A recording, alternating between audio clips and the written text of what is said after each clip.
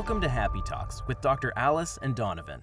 Dr. Alice Fong is a holistic naturopathic doctor and founder of Amour de Soi Wellness, and Donovon Jenson is a software engineer and founder of HowToHappy.com. Together, they're out to cause more happiness in the world. Hi, everyone. Welcome to Happy Talks. My name is Dr. Alice, and this is Donovan, my co-host. And today we have a very special guest, Dr. Ty Aller. He is a licensed marriage and family therapist practicing in Northern Utah and is the co-creator of Parenting with Emotional Intelligence, a course supporting parents' emotional intelligence. Please welcome Ty. Thank you for joining us on the show. Yeah. Thank you guys for having me.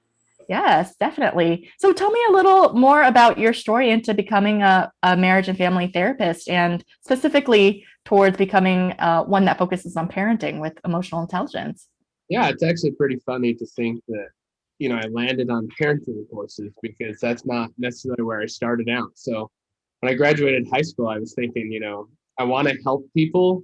Didn't know how to do that. I was actually thinking of going into law school originally, have an undergrad degree in political science and one in psychology. And I think that's actually where Donovan was studying psychology too. So we used to talk about it throughout, years of doing research with different people. I landed on parenting, largely just because of availability of research labs. Doing it became more and more fun. And then I got into a marriage and family therapy program, opened a practice where I see mostly adolescents. And I realized seeing them individually 1 hour a week wasn't getting a lot of bang for my buck because I said the systems they were living in. And I went, wow, I wonder if there's a way we could get to more people in a more effective way to kind of complement what we're doing in therapy. So it's not a replacement for therapy, but it helps change kind of that system they're going home to. So I started using a lot of the therapy components, turned them into more educational components. And now we've launched this Parenting with Emotional Intelligence course while I'm still doing, private practice. And I also work for a university doing research around similar topics around this therapy modality called acceptance commitment therapy. So kind of a winding road, but we've been able to kind of blend all of these colors into hopefully one pretty picture for everyone kind of looking at it. Great. So can you tell us a little more about this acceptance commitment therapy? What does that entail? Yeah, I love getting people, a captive audience, to listen to preach. So, acceptance commitment therapy was actually developed by an individual named Stephen Hayes, Kelly Wilson, and Kurt Stroessel out of the University of Nevada, Reno. And the idea of it is it basically takes mindfulness practices you hear in Buddhism and combines it with what we know from behaviorism and kind of combines those into the best of both worlds to get acceptance and mindful change into the best behavior practices to live more of a valued life. It really kind of addresses our internal struggles. So things like thoughts and feelings that we might get really hooked by, and then create kind of language-based rules, this language creation machine we have in our minds that can really get our actions moving in a way that's not super useful. So acceptance commitment therapy just teaches you some basic skills to work more openly and acceptingly of those internal experiences so we can actually make more meaningful action towards things that matter to us. Are you all right if I give you guys an example of what that sounds like in non-academic terms? Is that cool? Yeah, sure. One that comes to my mind a lot is I experienced a ton of anxiety growing up and was actually treated for it using cognitive behavioral therapy all growing up. And it wasn't until I found acceptance practices that it really changed. So one of the examples I had was family. Family gives me so much anxiety. I had this rule that if I wasn't a specific way or acted in a specific way, I wasn't going to be accepted. Caused my anxiety. So I had this language-based rule. And what I was able to do is just start noticing my mind doing that. And I went, okay, that rule is going to be there, but what are the qualities of the person I want to be in these family relationships? And how can I show up for those even while my mind's doing all that noise and having all those thoughts? So through some practice and some acceptance and mindfulness-based activities, I was able to find okay, I can live with those thoughts, even though they might be kind of uncomfortable. And these values and use them as a compass to guide these qualities and these behaviors I want. So I can start showing up for myself and creating the life I want, even while those uncomfortable thoughts and feelings keep coming. And that's kind of the idea behind acceptance commitment therapy. It's not to get rid of or challenge thoughts. It's more just accept that they naturally ebb and flow and come and go. And we can still make committed actions towards things that we give a crap about in ways that kind of create patterns in lives that we care about. Yeah, I wanted to touch on kind of taking that ACT stuff, right? How does that inform or color this specific niche of parenting? Because it sounds like, ACT is kind of this more general thing. People may or may not be familiar with it, but it sounds like you've really drilled down into the specifics of a certain type of relationship. So I'd love to hear a little bit more about how those things interact. Yeah, so from like a big level, ACT is actually really useful because it's a process-based therapy, so it doesn't get too focused on any specific group or any specific problem behavior, which is really, really powerful for like a change strategy because these are general principles. And I think, Donovan, you get excited about those types of things because you're always, from my understanding, wanting things that drive change no matter who you are, what the issue is. So what we see in ACT, or at least what a lot of the believers in ACT do, is they go, hey, this process seems to work for any group, and we can actually teach it in educational seminars. So that was kind of the beginning of this idea. And then as I started working with parents more, I realized, oh, what ACT is really good at is taking stressors that we can't get rid of, kids, like you can't just get rid of your kids, and it helps you learn how to interact with that stress in a way that doesn't get in the way of you being who you want to be to your kiddos. So I wonder if there's a way, though, to do that outside of therapy, because the service ratio, the one-to-one service ratio, is something that we're always trying to find a way to break out of that mold. So I was like, I wonder if we can do it educationally without therapy to do it. Then other issue that I've seen in a lot of these parenting programs is they're like, hey, here are 4 steps to get rid of the parenting behavior, or the behaviors in your kids you don't want to see. I just think that approach is kind of crap because it's useful. It tells us messages. It communicates what kids need or their needs are. And so instead of trying to change the behavior, we go, hey, if we're more accepting and are more open to exploring it, more curious about it, we can actually learn to not react to troubling behaviors or troubling emotions. We can actually respond to it in a way that we're proud of and teach kiddos to do that same thing. So that's the parenting with emotional intelligence. It combines kind of things we know from behaviorism. So one of my co-owners of the business is, behavior expert. Another one has a master's in special education, so she takes a lot of sensory processing stuff.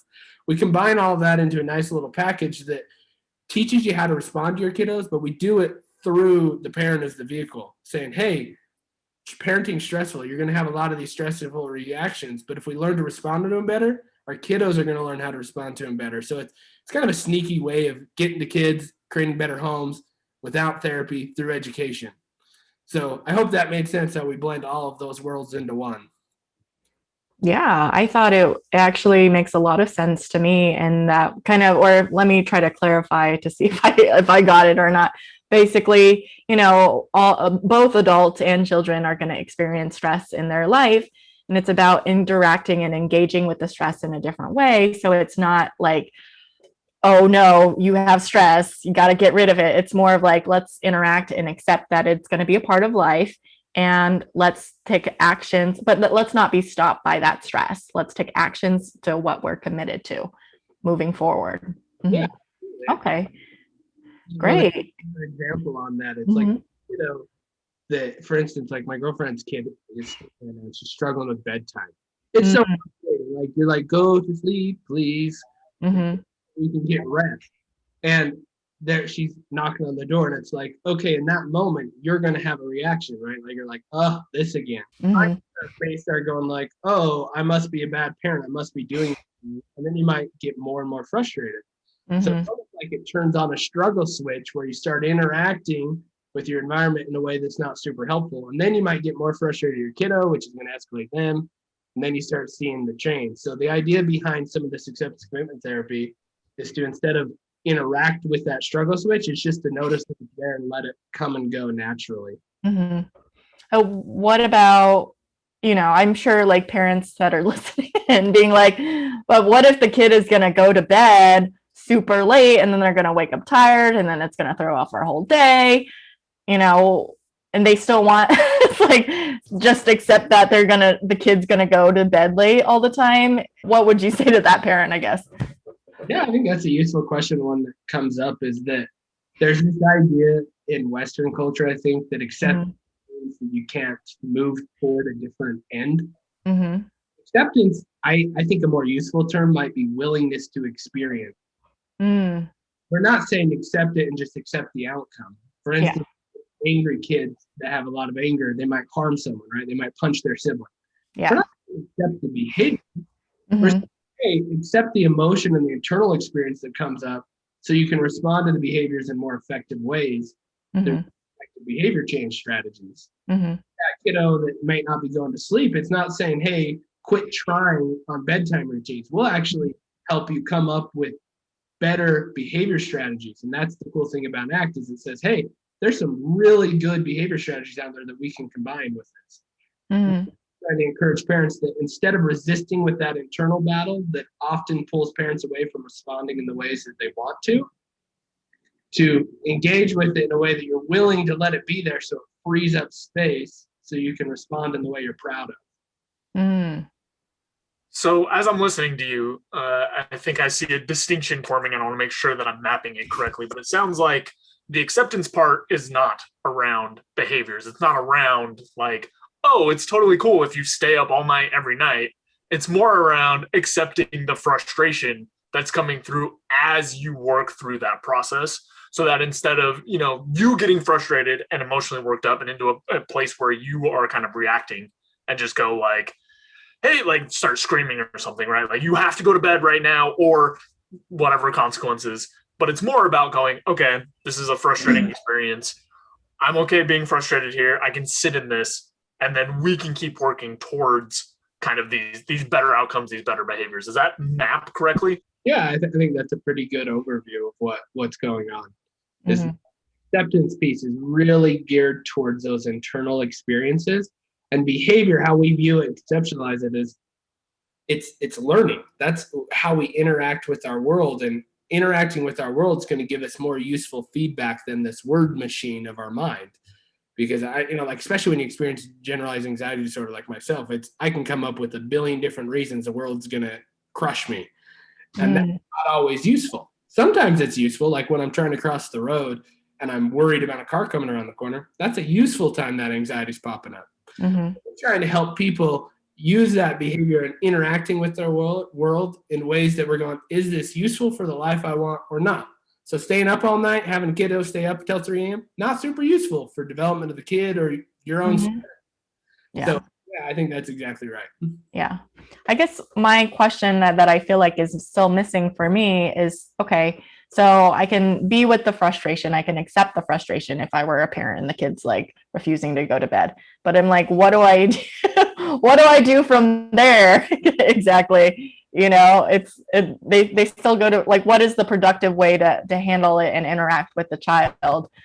So, I don't expect it to be an overnight quick fix kind of thing. It's a gradual progression I'd expect, but what kinds of things or structures or should I implement to move towards the goal that would be in the best interest of the child?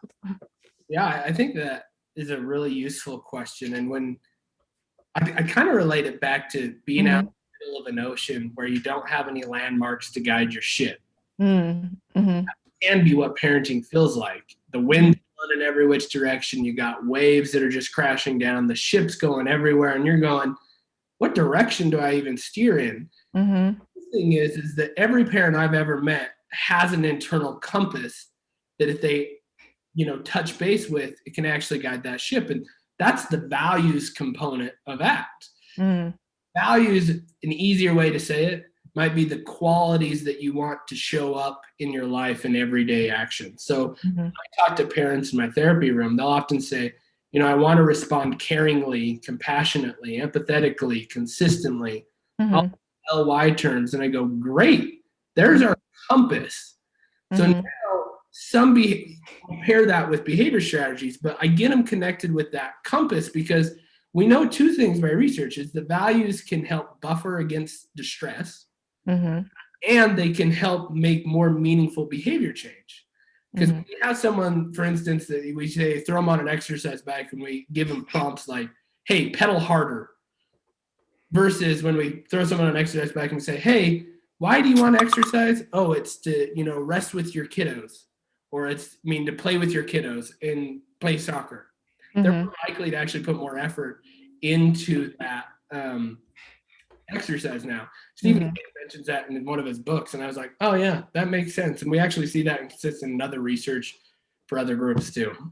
So I want to make sure again that I'm tracking right, but it sounds like, Dr. Alice, what you're asking about is like, how do we change specific behaviors, or what are the specific things that we've been doing? And it sounds like the approach here is not that granular. It's more at a higher level to go, okay, how do we get the process in place? How do we get the environment in place? And then once those pieces, and it sounds like that's the main focus, but like once those pieces are there so that the baseline is good, then you can kind of focus on specific behaviors based on whatever it's like seems to fit based on, like values, right? Values are going to be the higher level thing. And from those values, once you're in touch with those, you can dig out some more specific behaviors. Again, I don't want to put words in your mouth. I'm just trying to make sure that I'm tracking correctly. So I'll just kind of orient us back to a conversation I have often with clients and with parents when we're doing workshops. Is a lot of the questions y'all ask is, how do we get to an outcome? That's the underlying right. An outcome. That's normal. We hear those messages, social media, self-help books, everywhere. But that is a fragment of control. It's hey, we can control a behavior. We can control a feeling. We can control a thought. And what ACT's trying to shift is, hey, maybe that's actually not the most useful playbook. Maybe that's the rules to this game. And the rules are instead to be aware and accepting. So that's why a lot of my conversation is purposely trying to shift us away from the control strategies to acceptance strategies. And you're right. Once they get connected with those values, then we can start setting up behavior strategies that are very much a behaviorist approach. We try things in our environment to see if it's more useful. But I do purposefully shift conversations more toward these values and acceptance pieces, because everyone's so good in the self-help industry of saying, here's how you get a different behavior. And I go, cool. But what does that equate to for a valued life? Have an actual compass to keep guiding us. Yeah, I could see that for parents and wanting like a certain outcome. But I think like what came up for me, which I think, I'm not a parent yet, but I think what I would assume, I don't know if a parent would think this, but I feel like there would be the fear of letting go of the control that they have to interact with to be able to, because it's like, if I just give up control and all hell will break loose. Is kind of like the thought in my head. It's gonna be a disaster. And so it's like, how do you comfort parents in those moments of getting over the fear of letting go of the control? I think that's a really normal experience, and our minds do have the tendency to try to say like, hey, if you drop this, yeah, like a tug. You let go, if you don't keep going, you're going to be pulled into that hole and you're going to lose. The idea though is that why can't we just drop the rope and keep trying to tug? So there's a fundamental problem with control. Like if I were to sit here and do an activity with y'all and I said, for the next 30 seconds, I don't want you guys to feel any feelings. You already failed, right? So you just hey, control your thoughts. Don't an elephant. Well, everyone freaking starts thinking about an elephant. If I say, hey, I want you to go move that book on your bookshelf, you're going to laugh at me and go, well, yeah, I can do that. And I go, great. What we're trying to do is let those thoughts and feelings go, because it's futile to control those, but we can influence our external world and our behavior. Okay. Magic starts to happen. Yeah. So on that note, I kind of want to tie it back into the project you've been working on. If, let's say I'm a parent, which I'm not, I don't think anyone here is, but we'll pull it back into like, I'm a parent, I come in, what can I expect for signing up for this course? And another piece is, when is it going to make sense for me? Like, what kind of person would I need to be for it to be useful, and what kind would it not be useful for? Yeah, so the course itself is designed for parents of children 0 to 8.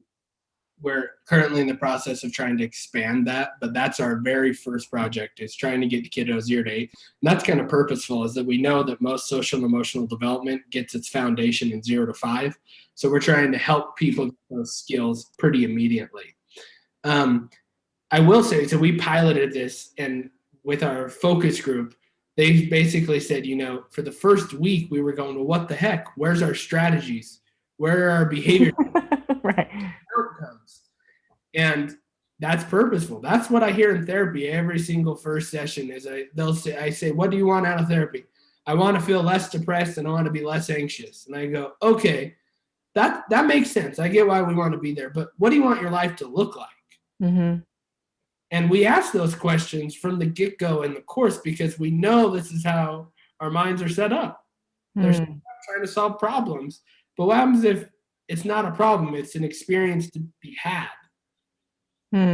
Who's it useful for? I'd say anyone that's willing and ready to want to actually invest in some real change. Different, though. We know that our program and the ACT approach in general is probably a very limited voice in the world, meaning that a lot of people are on these control strategies. They're getting the message over and over again. If you just control your thoughts, change your thoughts, be happy, use a gratitude journal. Those can be useful strategies. They're short term. They're really effective in the short term, but long term, I've tried to control my anxiety. It resulted, in lots of substance use waves and isolation. Wasn't fun. And if we can let those kind of naturally flow, we're able to start making more change. So who's it for? Anyone that wants to, really actually change some of their parenting and is willing to invest the time. And it's kind of geared towards those 0 to 8 kids. Yeah, that's good. That's really helpful to know the age target, right? Because I imagine, again, don't have any kids, but I imagine the journey of parenting changes quite a bit. And while I think we made it pretty clear that the focus here is pretty high level, I still imagine there are some things that get shaken up even at the values level as you have a kid transitioning from a small child to a teenager to an adult. Yeah, absolutely. And, our course is kind of set up with the 3 A's that are outlined by a guy named Dr. Russ Harris from Australia. It's all about acceptance. Acknowledging things and the sensations we have, accepting that and being willing to experience it, and then accommodating it in our home through behavior strategies.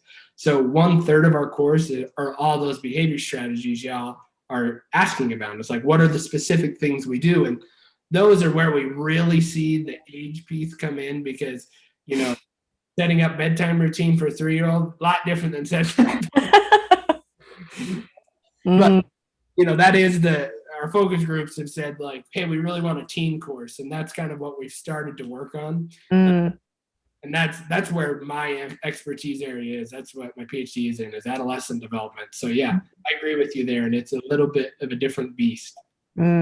Yeah, I think it is important to establish, because as a stress and anxiety expert, I know a lot of people dealing with stress and anxiety, that often is a manifestation of things that happen to them in their childhood, specifically under 8 and under. And so I think it is important to build those skills because you're so young. You like, if your parent snaps at you, and they could be amazing, incredible parents and loving, they're exhausted, they're tired, and they might have snapped and just yelled at, and then the child interprets it as oh, they don't love me, they don't care, all of that. And so I think it's really important for parents to interact with their children in a way. And, parents are gonna mess it up because that's what it is to be a parent, but to have more understanding and grace and acceptance, and to develop the emotional intelligence to interact with the kids to create less childhood wounds sounds like a positive thing in my book. Yeah, and I even notice the language is more shifting towards that approach that we're trying to say, is that it's more about being willing to experience again.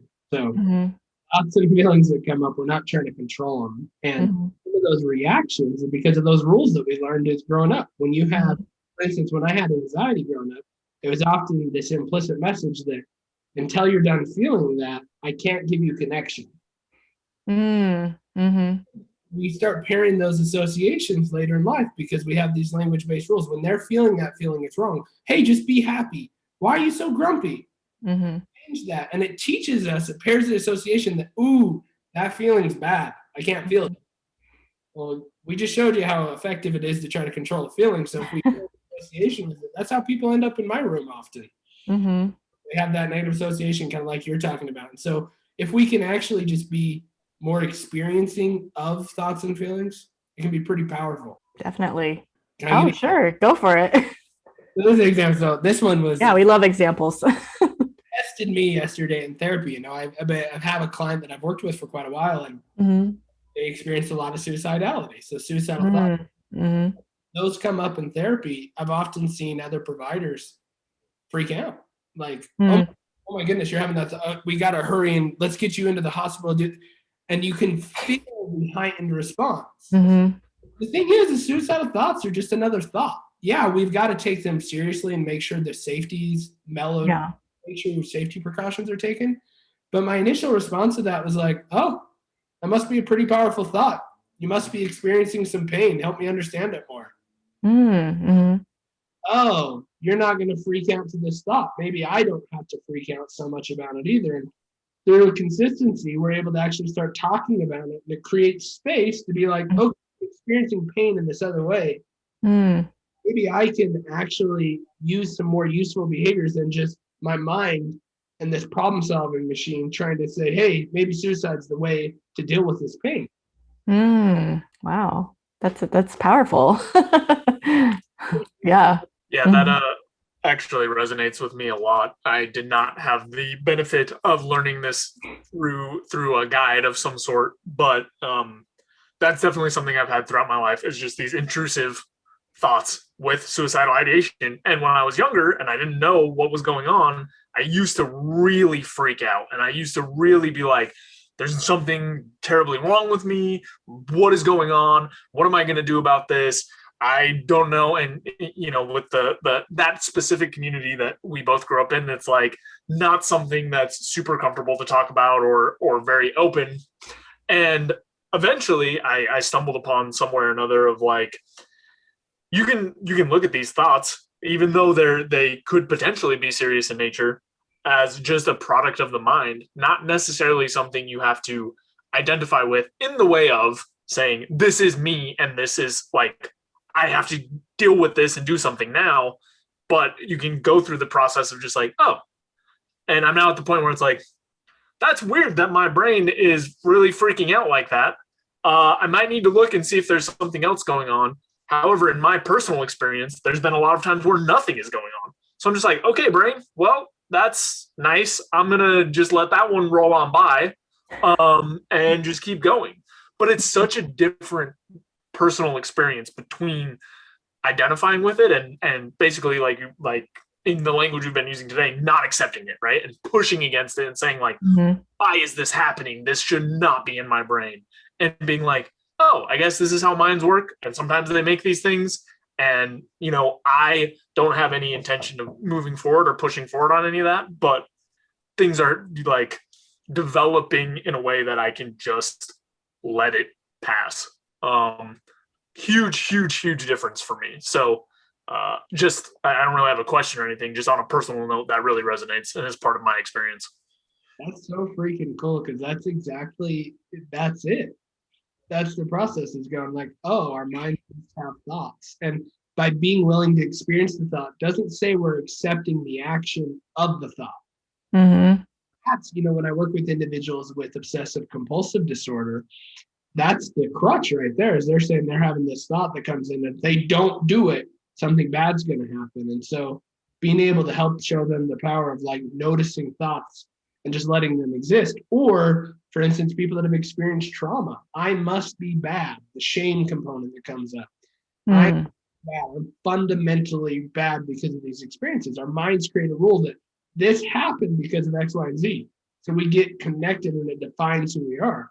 But if we can notice ourselves in context, just like, well, I am happy, but not, or I am an asshole. Sorry to swear on your podcast, but not.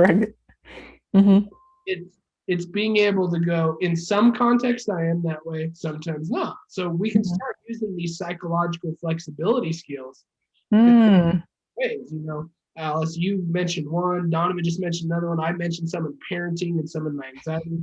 That's why we started seeing, wow, everyone that has this language skill seems to be able to use this process and apply it to lots of different issues. Mm-hmm. That's why I think it's so powerful. And I've never drank the Kool-Aid so strong in my life. And being in a community where a lot of people drink a specific Kool-Aid, I'm like, oh, I'm finally falling on a bandwagon where I drink. Nice. Yeah, no, it makes absolute sense to me, because when you can interact with a thought differently, so it doesn't have so much power over you, all those negative thoughts, it's kind of what I'm hearing is like you're separating out and distinguishing thoughts from reality. It's like thoughts are thoughts. It doesn't mean it's real life. Like you may think I'm a terrible person, I suck, nobody loves me, but that's not necessarily the reality of the situation. So it's like teasing it out so it doesn't have such a tight hold over us. Yeah, and I think what my mind does when you say the reality piece, I start to think myself, is it useful to determine reality? Is it more helpful to just ask, is this thought useful for me? Yeah. Because what can start to happen, and what, I pick on Donovan a little bit because he likes CBT type approaches quite a bit. And honestly, those helped me get through my teenage life. They are super helpful. And this therapy is an approach based on CBT. But one of the fundamental problems is it true or not? Well, that's not always the most useful thing, because sometimes the thought could be true, so to speak. True-ish. In helping you go in the direction you want to. Question I always encourage parents to use, my friends, is asking myself, like, is this useful for me? Yeah. And if you got that compass, those values that you're connected to, so much easier to answer that question, because you go, oh yeah, it's useful for me to eat 3 more Twinkies before I go run. Maybe it is for some people. Yeah. Now that's a really good question. People can, pause and ask themselves, is this thought useful? Can give them a little more clarity moving forward and what action they want to take. Yeah. Great. All right. Well, Ty, we really appreciate you coming up on our show. And is there anything you'd like to plug before we wrap up today? Yeah, you can follow us on Instagram. I believe the handle will probably be in your guys' link. I think it's called Parenting Big Emotions. You can buy our course on Teachable, or even connect with us on Instagram if you have questions and want to learn more about our products. If you want to learn more about acceptance commitment therapy, feel free to talk. I love talking about this stuff. So anyway, thank you both for having me on, and it was fun. Yeah, it's been fun having you. Thanks so much for watching. If you enjoyed this video, be sure to like it and then go and subscribe to my channel and ring the bell so you get notified when the next video comes out. And if you check out in the description below, go to my website where you can get my free fast and easy guide to stress relief. Thanks again for checking us out, and we'll see you next time.